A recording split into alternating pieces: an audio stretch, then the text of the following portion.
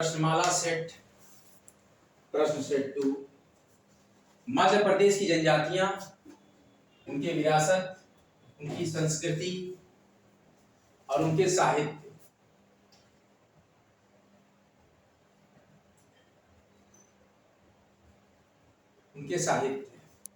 मध्य प्रदेश की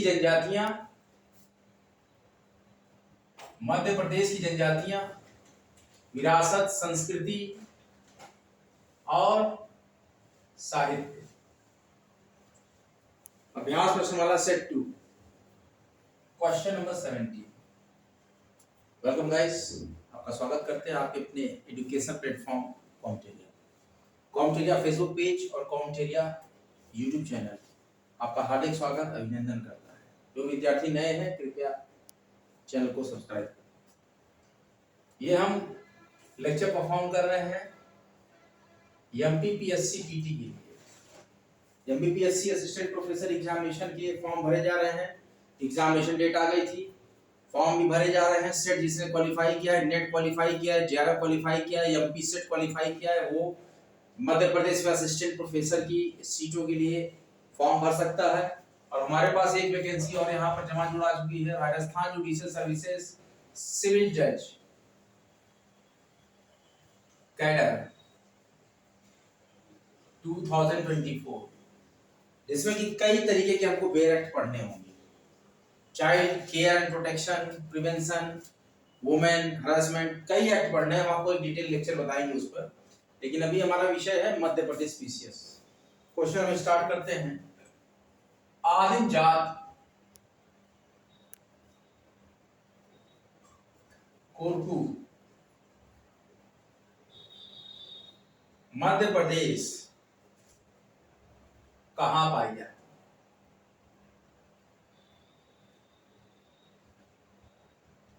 आदिम जात कोरकू मध्य प्रदेश में कहां पाई जाती?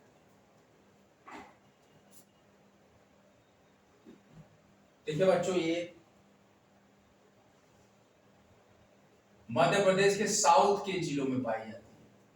मध्य प्रदेश के जो मैप में आप साउथ एरिया में जो डिस्ट्रिक्ट देखेंगे उस एरिया में पाई जाती है आदिम जाति कोरकू। मध्य प्रदेश की आदिम जाति है कोरकू। दक्षिण के जिले में पाई जाती है। नेक्स्ट क्वेश्चन, मध्य प्रदेश में किस जनजाति की जनसंख्या सर्वाधिक है?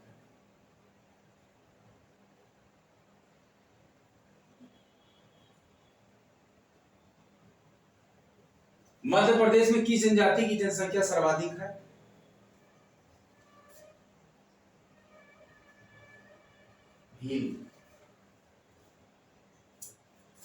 भील जनजाति की जनसंख्या सर्वाधिक है।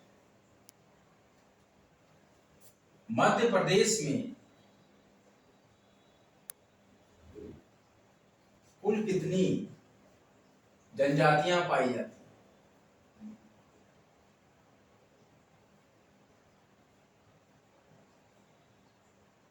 मध्य प्रदेश में कुल कितनी जनजातियां पाई जाती हैं? मध्य प्रदेश में कुल 43 जनजातियां पाई जाती हैं।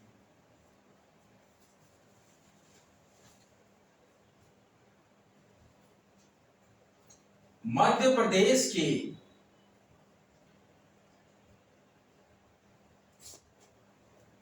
किस जिले में न्यूनतम जनजाति जनसंख्या पाई जाती है?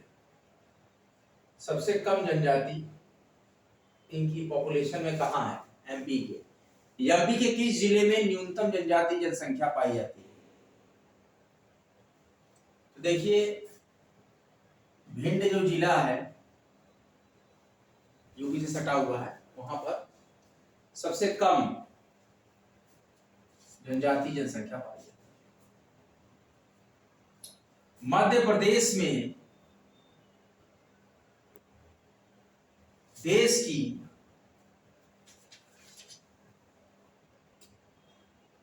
कुल एसटी शेड्यूल्ड ट्राइब्स जनसंख्या का कितने प्रतिशत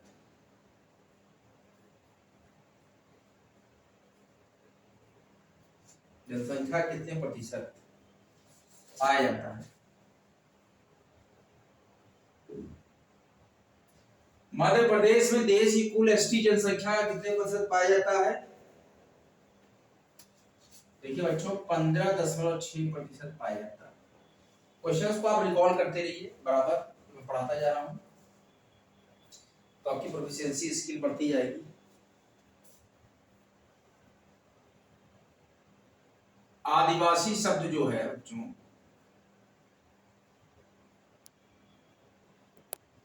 उसका प्रयोग सर्वप्रथम किसने किया? आदिवासी शब्द का प्रयोग सर्वप्रथम किसने किया था? आदिवासी का प्रयोग सबसे पहले ठक्कर बापा ने किया था।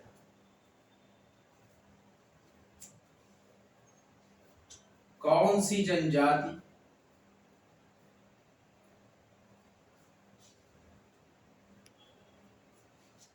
मध्य प्रदेश में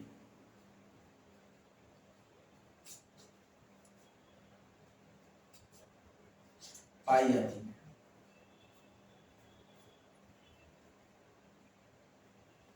कौन सी जनजाति मध्य प्रदेश में पाई जाती है?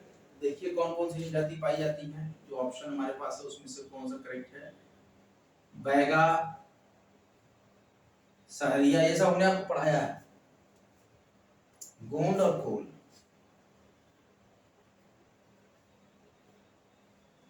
बैगा, सहरिया, गोंड और कोल, ये सब जनजातियां मध्य प्रदेश में पाई जाती है। अब देखिए जो जाति की बात मैं आपको कर रहा था, हो और मुंडा, ये कभी प्रश्न हमने परसों भी पढ़ाया था। हो और मुंडा आदिवासियों के युवा गृहों, हो और मुंडा आदिवासियों के युवा गृहों को क्या कहा जाता है?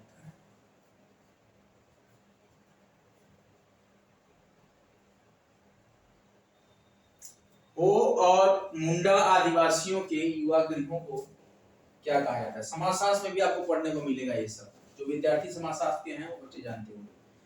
हो और मुंडा आदिवासियों के युवा गृहों को क्या कहा जाता है? तो देखिए इस युवा गृहों का नाम होता है कीटीपुरा। जब मैं समाजशास्त्र से एमए कर रहा था तो एक पेपर था मेरे कोर्स में, उसमें मैंने युवा गृह के बारे में पढ़ा था। आदिवासी कल्चर हमने थोड़ा पढ़ा है, जनजातियों के बारे में उसमें हमने कुछ पढ़ा था इसके बारे में। हालांकि मैं झारखंड जीके को भी पूरा पढ़ चुका हूँ डीप में, इसलिए मुझे इन जनजातियों के बारे में काफी नॉलेज है। आप लोग अपनी रिवीजन बुक निकालिए, हम लोग एक रिवीजन करके फिर आगे बढ़ते हैं। एक रिवीजन हम कर लेते हैं, आप अपनी रिवीजन कॉपी निकालिए, उसमें नोट कर लीजिएगा, उसके बाद हम आगे बढ़ेंगे।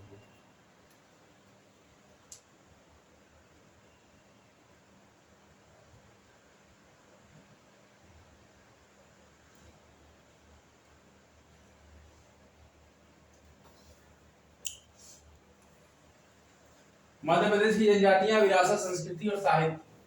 आदिम जाति कोरकू मध्य प्रदेश में कहां पाई जाती है? आदिम जाति कोरकू मध्य प्रदेश के दक्षिण हिस्से के जिलों में पाई जाती है। मध्य प्रदेश में किस जनजाति की जनसंख्या सर्वाधिक है? मध्य प्रदेश में भील जनजाति की जनसंख्या सर्वाधिक है।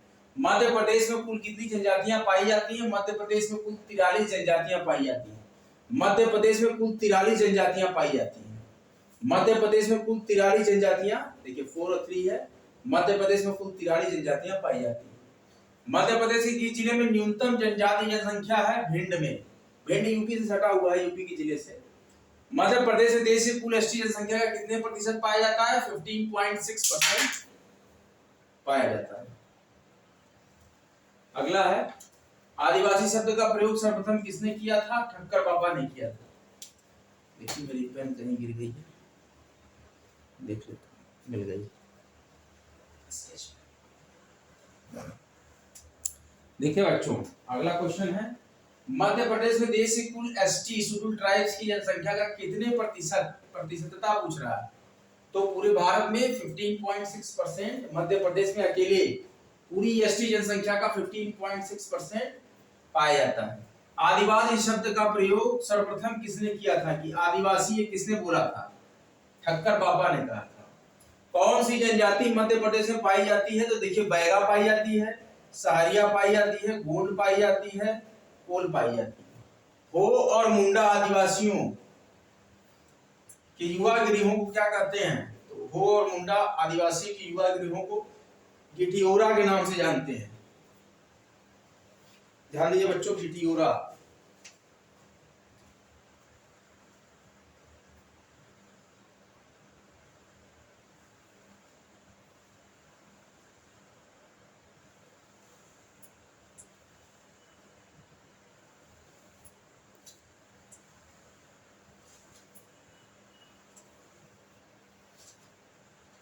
देखिए बच्चों,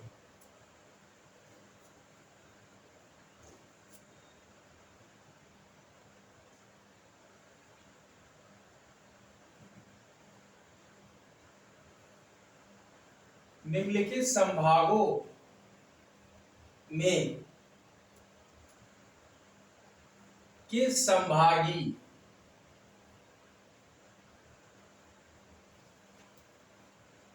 संभाग में सहारिया जनजाति? इस संभाग में सहारिया जनजाति पाई जाती है। मध्य प्रदेश के जो संभाग दिए हैं, किस संभाग, इन संभागों में से किस संभाग में सहारिया जनजाति पाई जाती है?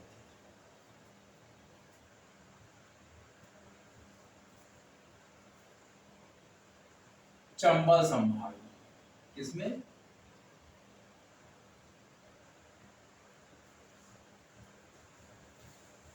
चंबल संभाग में सहारिया जनजाति पाई जाती है। Question number 26। मध्य प्रदेश की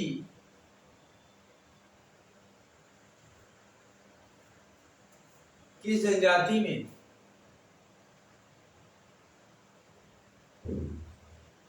वेश्यावृत्ति का प्रचलन?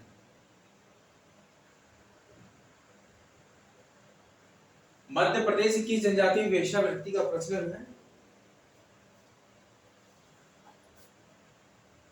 किसी जनजाति में। ध्यान दीजिए बच्चों, कोई नहीं। ये प्रश्न कंफ्यूज करने के लिए दिया गया। किसी भी जनजाति में ऐसा नहीं, ना तो सहरिया में है, ना तो भील में है, ना तो अगरिया में। ना तो सहरिया में, न तो भील में, न तो अगरिया जनजाति में, किसी में भी वेश्यावृत्ति का प्रचलन नहीं।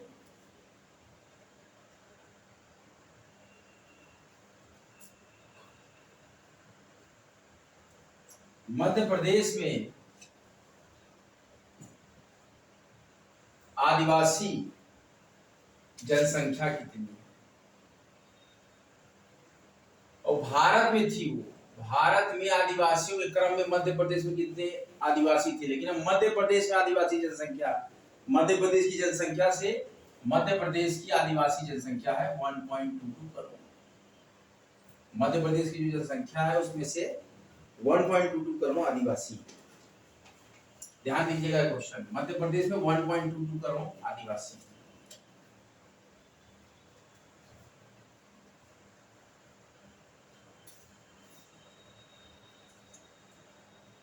किस जनजाति के निवास स्थान, यही सब ट्राइबल्स में आपको समझना है, उनकी संस्कृति को, उनको साहित्य को और उनके नाम होते हैं।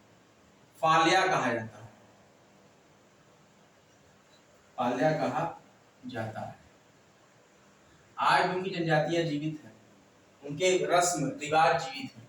किस जनजाति के निवास स्थान को फाल्या, पाल्या कहा जाता है?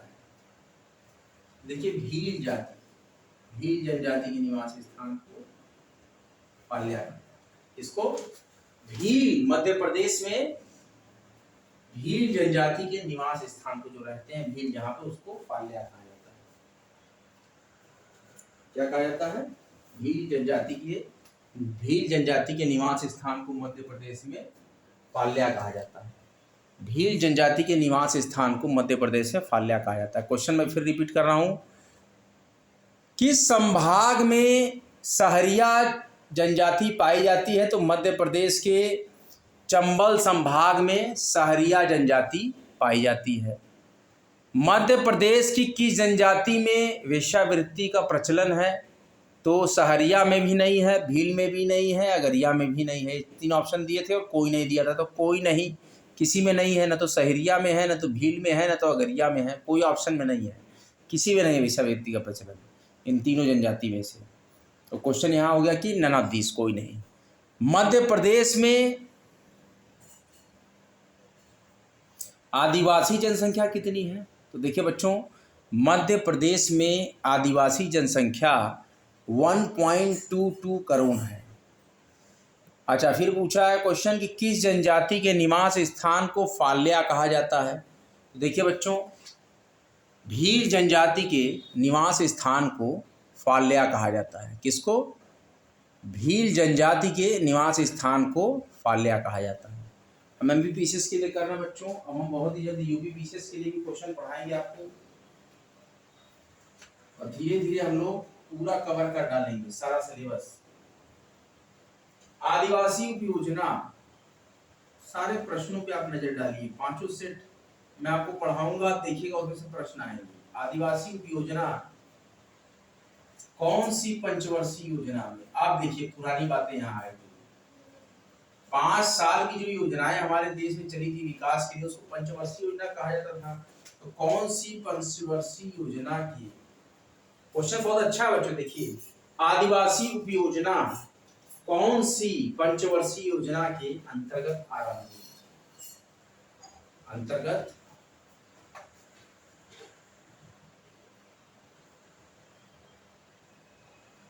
आरंभ। देखिए, आदिवासी उपयोजना कौन सी पंचवर्षीय योजना के अंतर्गत आरंभ हुई थी? तो 5वीं पंचवर्षीय योजना के अंतर्गत। किसके? 5वीं पंचवर्षीय योजना। आदिवासी उपयोजना कौन सी पंचवर्षीय योजना के अंतर्गत आरंभ हुई थी? तो 5वीं पंचवर्षीय योजना के अंतर्गत।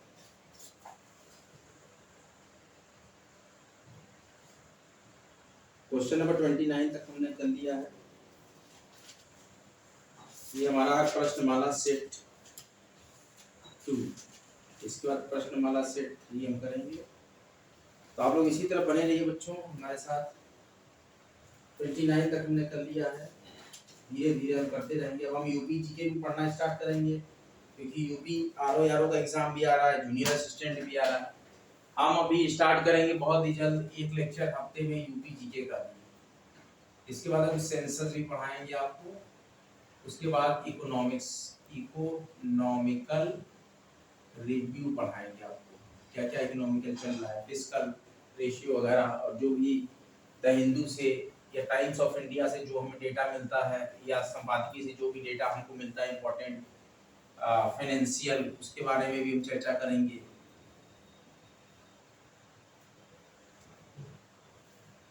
तो आप लोग कॉमचेरिया को खूब आगे ले जाए, मुफ्त क्लास करें, अपने बच्चों को बताएं, साथियों को बताएं, जो जरूरतमंद है उनको बताइए, जो बच्चे साथ में पढ़ते हैं आपके, जो कोचिंग नहीं ले सकते, जिनको थोड़े अच्छे कंटेंट चाहिए, प्रैक्टिस सेट चाहिए, इस तरीके के कंटेंट चाहिए जो शायद सीधे एग्जाम में आए, उनको एक आधार मिले कि प्रैक्टिस सेट कैसा आ रहा है, किस तरह से क्वेश्चन आते हैं। तो ये पूरा मैं चलायमान जो ये वीडियो बनाता हूँ, ये डायरेक्ट एक एक प्रश्न छपेंगे। ये मेरे गुरु की किताब है, उन्होंने बहुत ही अच्छा क्वेश्चन इसमें बनाया है। एमपी के लिए मैं 2 प्रकाशन को बहुत अच्छा मानता हूँ, मैं नाम नहीं बताऊंगा। तो ये 2 लोग बहुत ही अच्छा लिख रहे हैं, बहुत ही अच्छा काम कर रहे हैं वो मध्य प्रदेश की बच्चों की तैयारी में। जो ये मध्य प्रदेश के लिए जो ये भले ही किताब आप पैसे से ले रहे हैं, लेकिन इतना अच्छा कंटेंट जो ये टीचर दे रहे हैं, मैं सैल्यूट करता हूँ ऐसे टीचर्स को कि क्या बच्चों के लिए इतना अच्छा मेहनत करके, इतनी बढ़िया प्रिंट करके किताबें जो छापते हैं, काफ़ी अच्छा सराहनीय काम। हालांकि बिजनेस तो हर कोई कर रहा है, एजुकेशन को लोगों ने बिजनेस बना दिया, लेकिन उसके साथ जो कंटेंट थे, जैसे कि लॉ के फील्ड में भी मैं कुछ टीचर्स को जानती हूँ जो कि बहुत ही अच्छा आपको बियर एक्ट भी रिकमेंड करते हैं, प्रैक्टिस सेट्स भी रिकमेंड करते हैं।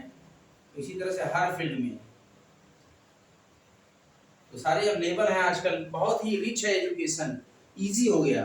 बस थोड़ा सा पैसा डेटा ये आपके पास हो और एक धैर्य हो। एक सिलेबस पर आप अगर कंसंट्रेट कर लें तो एग्जाम क्रैक होगा ही होगा। जब तक आपके साथ कॉम्पिटेरिया है पूरा जोर लगा देगा कि जो कंटेंट हम जितना पढ़ाएं वो हमारे भी याद रहे और आपको भी याद रहे, कि जब भी हम इस क्वेश्चन को देखें आत्मसात हो जाए कि क्वेश्चन हमने किया था। ऐसी जो विजन लेकर चल रहा है, यहाँ पर हम फेसबुक पे भी हैं, हमारा फेसबुक पेज है और यूट्यूब चैनल है।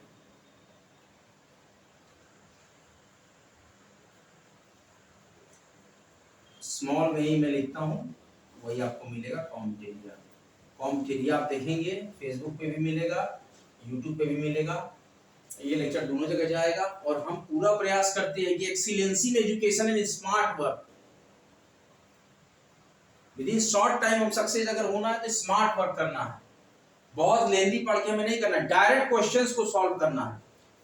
प्रैक्टिस सेट्स है ये बहुत ही बेस्ट क्वालिटी के प्रैक्टिस सेट्स है जो आपको कराया जा रहा है। एक एक प्रश्न जो आपके दिमाग में सेट हो रहा है, जो एक एक प्रश्न से कई प्रश्नों का जो सम्मिश्रण आपको मिल रहा है, एक प्रश्न से कई प्रश्न, एक प्रश्न से कई कॉन्सेप्ट आपके माइंड में जो आ रहा है, the fluctuation of questions and mindset of your strategy to crack the examination is find on Competeria education portal. तो ध्यान रखिए बच्चों, कठिन प्रयास भी आपका कठिन हो और मेहनत भी कठिन, दोनों। और इसके सम्मिश्रण से मिलेगा क्या? सफलता। अपना पड़ेगा, घिसना पड़ेगा एक सिलेबस पर, एक पैटर्न पे। ध्यान रखिए भैया, लिख रहा हूं, एक सिलेबस, एक ही सिलेबस जो आप तैयारी कर रहे हैं, एक ही सिलेबस पर, विद इन सिलेबस, उसी सिलेबस के इर्द गिर्द आपको टहलना है, उससे ज्यादा हटना नहीं। उसी सिलेबस के इर्द गिर्द प्रैक्टिस सेट्स जो हैं, कॉन्सेप्ट हैं, बुक्स हैं, कोचिंग के नोट्स हैं, या आप जो अपने से विचार ला रहे हैं उस सिलेबस के प्रति, ये जो फोकस होगा, एक सिलेबस के प्रति जो फोकस होगा आपका, उस पर पूरा कंसंट्रेट कर दीजिए। पीजीटी की तैयारी कर रहे हैं, पीजीटी पे, टीजीटी की तैयारी कर रहे हैं, टीजीटी का सिलेबस, पीसीएस की तैयारी कर रहे हैं, पीसीएस का सिलेबस, आरओ की तैयारी कर रहे हैं तो उसका सिलेबस, जज की तैयारी कर रहे हैं उसका सिलेबस, एपीओ की तैयारी कर रहे हैं उसका सिलेबस, एआईबी की तैयारी कर रहे हैं उसका सिलेबस, मतलब गो थ्रू सिलेबस। अब मैं आज से एक नया हैशटैग बनाऊंगा आपका, गो थ्रू सिलेबस। सिलेबस को मैं शॉर्ट में लिख दे रहा हूं, हैशटैग गो थ्रू सिलेबी। ये भी एक स्लोगन होगा कॉम्पिटेरिया बैच के बाद, कि सिर्फ सिलेबस के साथ हम चलेंगे, सिलेबस से इतर नहीं जाएंगे, तो निश्चित सफलता। Study harder and harder and achieve your goal. Free education worldwide का चैनल आपके साथ हमेशा कंधा से कंधा मिलाकर चलेगा। हमारी मातृ टैगलाइन है स्टडी सिलेक्शन का। अगला लेक्चर लेकर बच्चों आपके सामने फिर हाजिर होंगे। वीडियो को लाइक करें, शेयर करें और चैनल को सब्सक्राइब करें। तब तक के लिए जय हिंद, जय भारत। वीडियो को देखते रहें, बार बार आत्मसात करें, कई टाइम्स रिविजन्स करिए। Revision then revision, start with restart, never afraid. Afraid is the way of declination. Remember, study selection तक